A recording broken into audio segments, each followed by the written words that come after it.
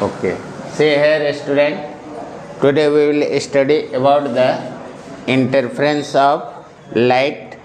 As you know that interference of light is related to the wave optics, and I have taught you about the constructive interference and the destructive interference when the crest of one wave superposed to the another crest wave of another crest. In that case we will get maximum intensity, and that is called the constructive interference. And second was the destructive interference when the crest superposed to the trough of the another wave, or the trough of one wave superposed to the another crest of the another wave. In that case we get the destructive interference. In fact, the interference is the phenomena in which the energy of light can be distributed. And next topic, which is very important for us, that is the fringe width related to the Young's double slit experiment. Here we will see how we can get the fringe width. It means the successive distance between the two bright fringe or two successive dark fringe.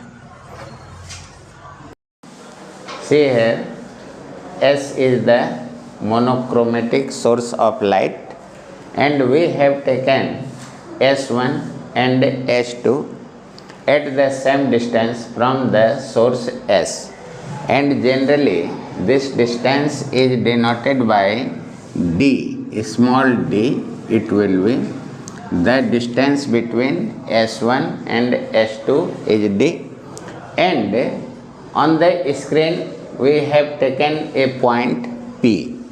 On the screen we have taken a point P, and you can see here there is difference between S1P and the S2P. That difference is known as path difference, and we have to find the value of path difference. It means the difference between S2P and S1P. In triangle you can write in triangle S1AP and S1P square equal to S1P square equal to S1A square plus AP square. Any problem? And S1A, it is D, so you can write D square. And from figure you can see that AP, that is x minus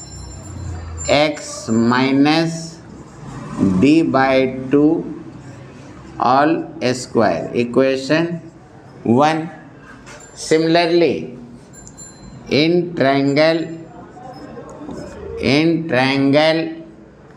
S2BP, in triangle S2BP we have S2P square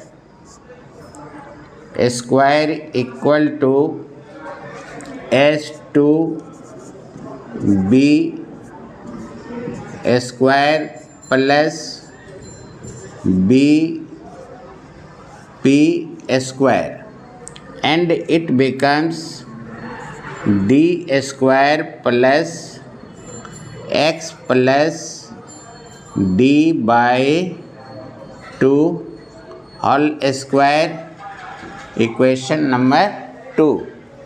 you have to find the difference between S2P and S1P. For the required result, we have to find first S1P square from the diagram.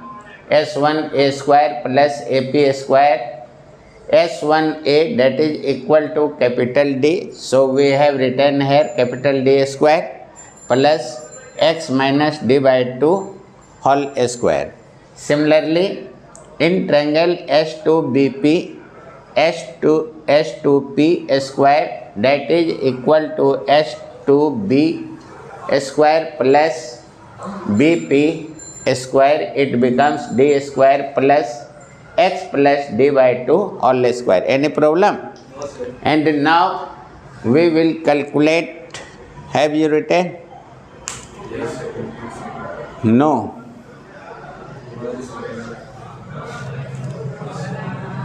Yes, sir. Have you written? Yes. And now you have to find the value of. So you can write S2P square minus S1P square equal to D square plus x plus d by 2 whole square minus d square plus x minus d by 2 whole square. Any problem? You have to put the value. It becomes d square plus x square plus 2x d by 2 plus d by 2 whole square minus d square plus 2 plus x square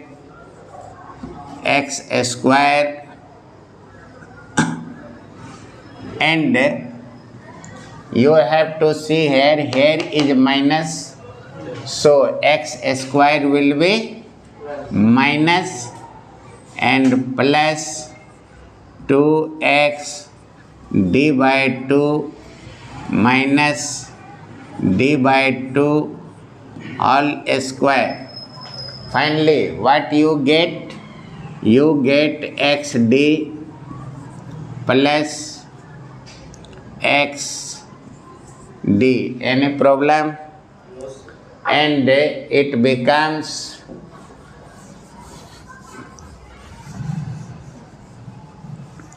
and it becomes 2xd